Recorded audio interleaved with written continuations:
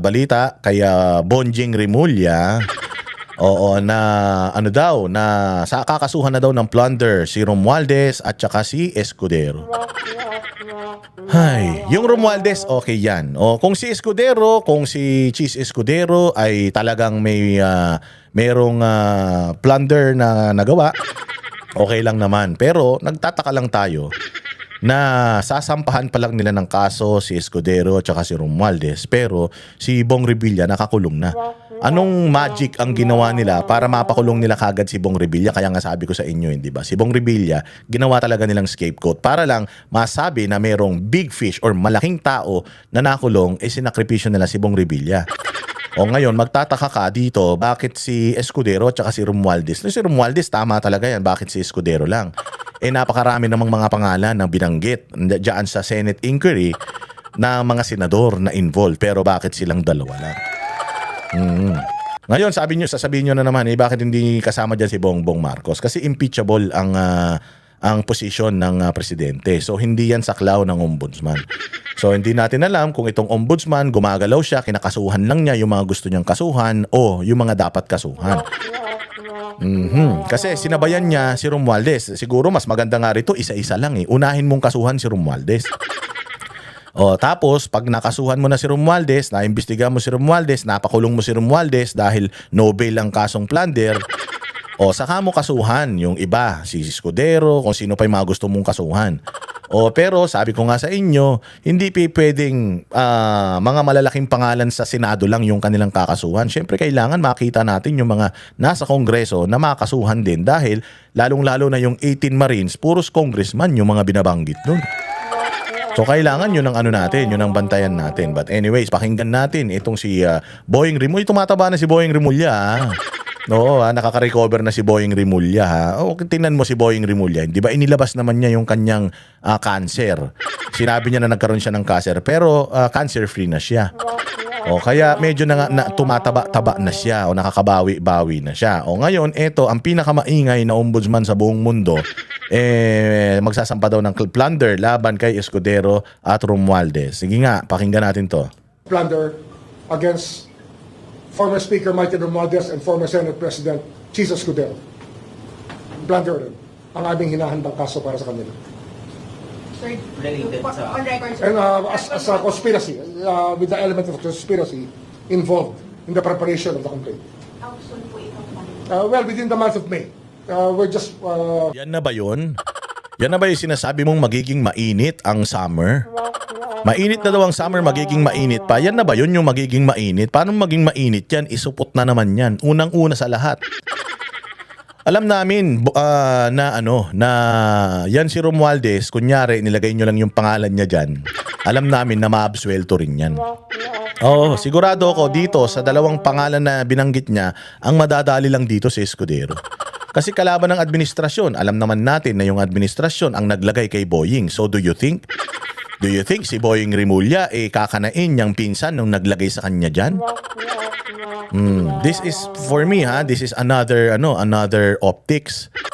Pero malay naman natin, hindi rin natin masasabi kasi nga kilala itong mga Rimulya na ito na mga traidor. So hindi natin alam kung ito na ang simula ng pagtatraidor ng mga Rimulya kay Bongbong Marcos. Hindi natin alam kung ito na yung simula ng kanyang pag-ikot, pagbaliktad at pagtatama sa kanilang mga kahayupan, kanilang dalawang magkapatid na kahayupan. Pwedeng na siya, tinitira niya na si Romualdez, tapos matatakot na si Bongbong. Lalong may stress si Bongbong, lalong babagsak yung kanyang health. Tapos kunyari magiging na siya talagang magiging tapat na siya sa kanyang tungkulin at talagang patas na iimbestigahan itong kaso ng flood control. Di natin alam pero mahirap na kasing maniwala dito kay Boying Rimulya kasi kung mayroong mga sinungaling talaga sa bansang Pilipinas, ito yung mga yun Yan yung mga sinaunang mga sinungaling dito sa dito sa administrasyon ni Bongbong. Puro kasinungalingan sinabi nito tying up many things that have to be there for us to make a case out of it. Pero the Senate President, the former Senate President and the former Speaker will be subjected to a case of plunder very soon. Hindi pa pala pine-preempt nyo na. Hindi pa pala ina-announce nyo na. Alam mo, sana lang Ombudsman Boying Rimulya. Sana lang nung in-announce mo to na i-file nyo na yung kaso ng plunder sa kanila. Sana lang. Kaya lang, kung mga ganito lang, puro press con para lang masabi na meron silang ginagawa. Kasi wala pa rin resulta ito eh. Nag-iimbestiga pa lang, nagpe-prepare pa lang sila ng mga ebidensya para makasuhan etong dalawang tao na ito. Diyos mio. Oh, saka ka na magyabang kapag ka nakasuhan mo na.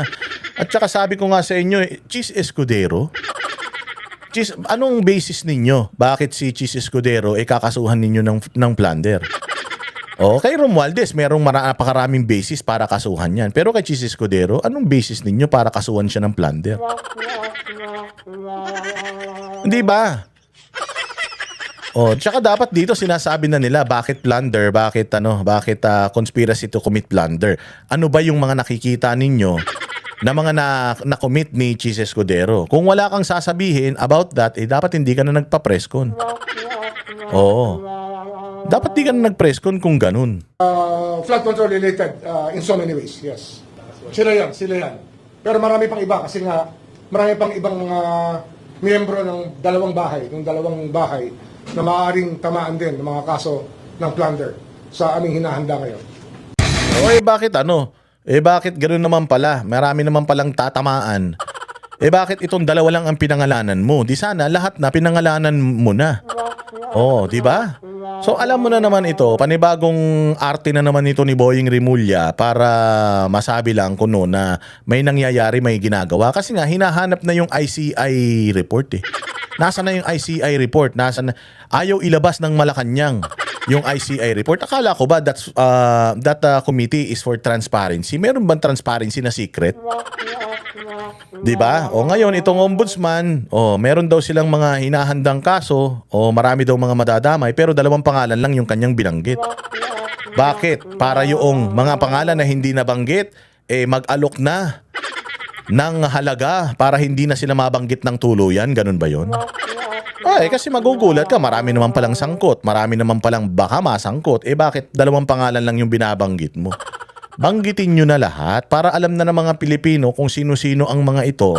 At kapag ang mga ito makatakas, alam na natin. Kasi baka ganyan, dalawa lang yung sinabi. Siyempre ako, alam ko involved ako dyan. Tatawag ako ngayon sa kanya, sir, involved ba ako dyan? Pwede kang ma-involve dito kasi ganito, sir, wag mo na ako isama. Magkano ba? May natanggap naman akong maleta. Parehas tayo, may natanggap naman tayong maleta, pero bawasan ko yung maleta ko, basta wag mo lang ako idamay dyan. Pwedeng ganun mangyari, hindi ko sinasabing ganun na mangyayari ha. Pero pwedeng mangyari yun. So ano ba to, bargaining chip nyo ba ito sa kanila? Na hindi nyo muna babanggitin yung kanilang pangalan, pagka nag-power trip ka, pwede mong banggitin bukas. Kailangan maalok nyo na ako kung ano yung pwede nyong i-alok, because if not, lalaglag ko na yung mga pangalan ninyo. May mga ganito bang nagaganap? Hindi natin masasabi. Ang hirap na nagdadududa na kasi mga Pilipino sa mga galawan ninyo dahil sobrang sinungaling ninyo. Hindi na namin alam kung alin yung totoo tsaka hindi totoo sa mga sinasabi nyo. Di ba pwedeng ganon? O kaya, kung ako, alam ko na, parang binibigyan nyo ba ng panahon yung mga pwedeng madamay dito para tumakas na sila? Parang, ito lang munang pangalan ngayon, maraming madadamay, congressman tsaka senador, kilala nyo yung mga sarili nyo. So kung ako sa inyo, bilisan ninyo mag-impake ng mga mali-malitang perang ninakaw nyo sa Pilipinas, tapos lumayas na kayo sa Pilipinas, bibigyan ko kayo ng chance. Kasi pagka hindi nyo ginawa yan, sigurado, ilalabas ko ng mga pangalan nyo, timbog kayo. Ang hirap eh. Hindi natin alam talaga galawan. Ano pa? Siyempre, topic lang, pero flood control pa rin. Sir, kasi may copy po ako nitong information about yung request po ng Ombudsman sa preventive full departure order for the brothers. This was granted by court. Nakalagay po kasi dito sa request nyo, you cited na they may be liable. Alam ninyo ha, katulad dyan, mababanggit ko lang yung kay Escudero. Ano ba ang basis nila ng pagsasampa ng kaso kay Escudero? Ang basis nila ng pagsasampa ng kaso kay Escudero lumabas yung kanyang pangalan sa bibig noong mga aso nito ni Rimulya. Sino ba yung mga aso nito ni Rimulya? Ang aso ni Rimulya, si Alcantara, si Bernardo. Yung dalawang taga-DPWH na yan. Aso niya yan kasi noong sumumpayan sa Senate, maraming mga biniggas na mga instances pangalan yan. Tapos biglang Kinuha niya yan sa DOJ, pagbalik may dagdag na siyang testimonya. Tapos ito ang pinakamalupit ngayon, mga bossing. Ibang-iba na yung testimonya niya ngayon sa korte, diyan sa kaso ni Senator Bong Revilla. Iba na yung kanyang binabanggit or binanggit doon sa sinumpaang salaysay niya diyan sa Senado. So doon pa lang katarantaduhan na eh. Doon pa lang alam mo na wala talagang kredibilidad itong Alcantara at saka Bernardo, at alam mo na nagkaroon na talaga ng kumbaga script. Nabigyan na ng script. So kung ang basis, 'di ba, umamin si Alcantara at saka Bernardo doon sa Senado. Umamin sila, tapos nung arraignment diyan sa Sandigan Bayan, not guilty plea sila. Nag-not guilty plea, ibig sabihin hindi nila inaamin na may kasalanan sila. Akala ko ba sila ang least guilty sa sa mga na ito, issue na to ng flood control. Bakit not guilty plea, 'di ba? Bakit sila nag-not guilty plea? Dapat nag-guilty plea sila. Pero dahil nga state witness na sila, sasabihin nila kung ano yung mga nalalaman nila. But the fact na ikaw ay nag-not guilty plea, o ibig sabihin hindi mo inaamin na may kasalanan ka. O kung hindi mo inaamin na may kasalanan ka, o papaanong ikaw yung least guilty? Guilty means may kasalanan ka. Hindi ikaw yung pinaka-mastermind pero may kasalanan ka. So dito palang katarantaduhan na eh. Kaya nga dapat talaga makapag-post ng bail si Bong Revilla. Kasi ang hirap naman na nakakulong yung tao, tapos puro kasinungalingan pala yung pinagsasasabi nitong mga Alcantara at saka mga Bernardo na ito. Lumabas lang din naman yung pangalan ng Escudero dun sa dalawang ulol na yun. Diyan sa Senado lumabas yung pangalan ni Chis Escudero. Tapos ngayon pag tiningnan ninyo yung testimonya, yung affidavit ng dalawang ulol na yan diyan sa DPWH, Bernardo at saka Alcantara, ibang-iba na. As in, wala nang pagkakatulad doon sa sinumpaan nila diyan sa Senado. Kaya dapat talaga, sabi ko nga, kung sinungaling itong dalawang to at nagbanggit ng mga kung sino-sino mga pangalan nito, tapos biglang nagsosoli ka ng pera, 'di ba? May restitution, nakakuha nga daw ng 611 million. Nagsosoli sila ng mga pera dahil sa restitution, tapos pagdating sa arraignment, sasabihin mo not guilty ka, na wala kayong kasalanan. Nagsosoli na kayo ng mga sasakyan, nagsosoli kayo ng mga kung ano-anong di umanong kinikback ninyo, tapos biglang pagdating sa korte, sasabihin nyo wala kayong kasalanan. Kung wala naman palang kasalanan yung mga yan, di ibig sabihin hindi sila yung least guilty. Bakit sila yung ginagamit nating state witness dito sa issue na to? Ang state witness sa issue, siya yung kasama sa kaso na hindi siya ang mastermind. But again, the fact na nag-not guilty plea sila, dinideny nila yung kanilang involvement sa skandalo na ito. Bakit pa sila state witness? At bakit pa natin sila pinaniniwalaan kung yung sinumpaan nila sa Senado iba na doon sa Sandigan Bayan? Ba't pa natin yan pinakikinggan? Di ibig sabihin, walang kwenta yung yung mga kaso na yan na isinampa dyan sa mga senador. Kaya na naman binabanggit ito si Escudero, kasi nga ang gusto talaga nila, mga taga-senado lang yung makulong dito. Tapos yung mga congressman, di natin alam kung yung mga congressman ba mas malaki ang binibigay nila para hindi sila madamay. Di ba? Sabi ko nga sa inyo, hindi natin dapat pagkatiwalaan itong mga nasa gobyerno ngayon. Unang-una sa lahat, illegal yung pagkakalagay diyan kay Boying Rimulya. Di umano diyan sa ombudsman. Meron pa silang may mga co-warrant petition yan, tsaka may petition pa si Attorney Torion laban dito kay Boying Rimulya. Mantakin mo, ang dami-dami niyang kaso, tapos naisama siya sa draft ng mga pwedeng maging ombudsman, tapos siya pananalo. Siya nanalo, ang dami-dami niyang mga kaso, ang dami-dami niyang mga paglabag sa kanyang tungkulin nung siya DOJ, tapos siya pananalo. So doon pa lang alam mo na Doon pa lang alam mo na kung saan papunta to. Dito sa dalawang pangalan na to, malamang sa malamang si Escudero lang yung makalaboso dyan. Yun naman talagang target nila. Ang target nila, makalaboso lahat ng mga posibleng bumoto against sa impeachment ni BP Sara dyan sa Senado. Kaya nga wala silang tinitirang congressman, puro senador para makontrol nila yung Senado. Paragraph in conversation, I would just like to have a confirmation. Isa yan sa aming inahandang kaso. Marami pong kaso na ngalamang lumabas na ngayong Abril, at marami pong lalabas sa kaso sa Mayo. At hindi lang po malversation, kundi plunder po, ipa-file na namin. Plunder cases will be filed by this office against high-ranking people very soon enough, by the month of May. But sir, as far as the Yap brothers are concerned, graft and malversation pa rin ba hindi? Pwede plunder din. Depende pa sa aming findings. Pwedeng plunder din. Because we want the Supreme Court to revisit the doctrine of plunder.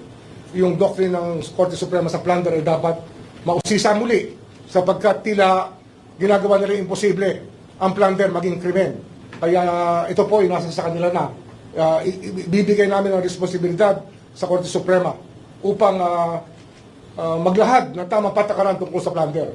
Sapagkat meron na po silang nakaraang mga ruling na hindi po sang-ayon sa aming paniniwala. So, sir, sorry, yung sa Supreme Court, you filed a motion for them to clarify? Hindi. Sinasabi ko lang na plunder yung file namin at darating sa kanila ang tanong na yan muli upang mabisita nila muli ang mga doktrina na kanilang nilabas tungkol sa plunder. Sir, kasi I understand yung sa Yap brothers po meron ng civil forfeiture cases against... Meron din. Ang problema nga kasi, yung Secretary General, pag hindi biyasa may binigay, ang SALN, ay para sinasabi nila, hindi kayo pwede mag-file ng civil forfeiture cases. They're gonna frustrate the ends of justice. I'm warning Secretary General, do not do this again. We will cite you for contempt and we will suspend you, if not remove you from office. Sir, the fact ba na may, I'm asking your opinion on this as a lawyer, given na meron na pong civil forfeiture cases na pending against the Yap brothers, does this make them liable for plunder already? Kasi No, it doesn't follow. Doesn't follow. Or any criminal case, sir? Now, we have to look at the circumstances by which we qualify a crime to be plundered. Oh, nagpe-presscon ka na, hindi nyo pa pala sinisimulan. Sana nag-presscon ka, yung rekta na. Oh, magpa-file tayo bukas. Oh, ito na, okay na, ready na to. Lahat ng mga ebidensya nandirito na. So tingnan na lang natin yung mangyayari. Ganun. Nagpaplano ka pa lang eh. Nagpaplano ka pa lang pinreskon mo na. Wala na bang ibang balita? Wala nang may balita. Kailangan na naatasan ka ba na magingay para makalimutan yung mga krisis na nararamdaman ng bayang Pilipinas ngayon.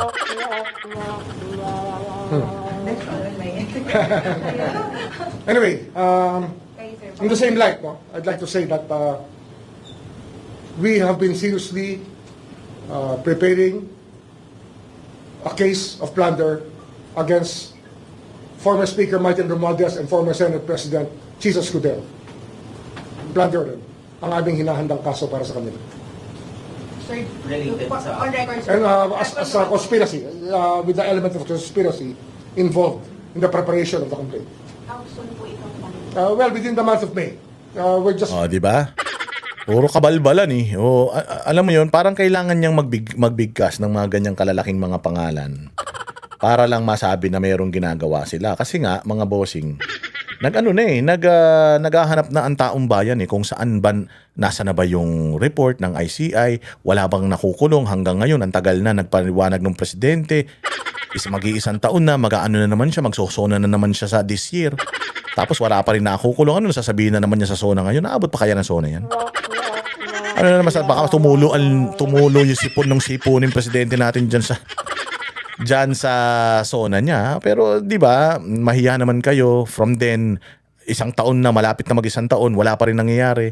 Ang nakukulong pa lang yung mga kontraktor na alam naman natin na nagamit lang din. Ang nakulong si Senator Bong Revilla na alam naman natin na ginagamit na scapegoat para lang masabi na mayroong malaking isda or big fish. Alam mo yun, hindi talaga natin maintindihan dito sa mga ito kung ano yung mga plano nila. Ito naman ngayon, meron daw niluluto sila na plunder case laban kay Romualdez. O sasabihin na naman, ayan na nga, may plunder case na nga kay Romualdez eh. Ano nyo pa? Ayaw nyo pang, akala ko ba gusto nyo makasuhan si Romualdez? Hindi, gusto namin, hindi lang sabihan na kasuhan si Romualdez. Gusto namin talagang makasuhan. Oo, hindi yung puro amba, hindi yung puro pangako. Gusto namin makasuhan talaga. Tsaka gusto namin makita na makulong. Katulad nung ginagawa ninyo kay Senator Bong Revilla. O hindi ba nagawa ninyo kay Senator Bong Revilla? Ang bilis-bilis. Bakit ito ang tagal-tagal? Kaya nga doon mo makikita na yung nangyari dito kay Senator Bong Revilla. Ano talaga yan? Finast-track nila yan para lang ma-eliminate yung kanilang pwedeng makakalaban dyan sa politika sa Cavite. Sabi ko nga sa inyo. Si Lacson, Remulla, Puros mga ano yan. Puros mga tiga Cavite yan. Yung DOJ secretary, puros mga taga Cavite yan. So talagang Cavite politics, Cavite connection talaga yung nagpakulong dyan kay Senator Bong Revilla. Kaya sabi ko nga, hindi ko naman sinasabi na walang kasalanan si Senator Bong Revilla, pero ang gusto lang natin, patas. Kung kinulong siya, lahat ikulong yan. Ikulong yan si Romualdez o kung kung ito talaga si Chis Escudero, may ikulong din. Maganda nga lahat ng mga binanggit na pangalan ng 18 Marines, maganda lahat ikulong na eh. Di ba? Para matapos ng lahat na maubos yung mga magnanakaw sa Pilipinas, baka sakali makulong yung mga yan ng mga 10 taon o di mawala ng 10 taon na magnanakaw dito sa Pilipinas.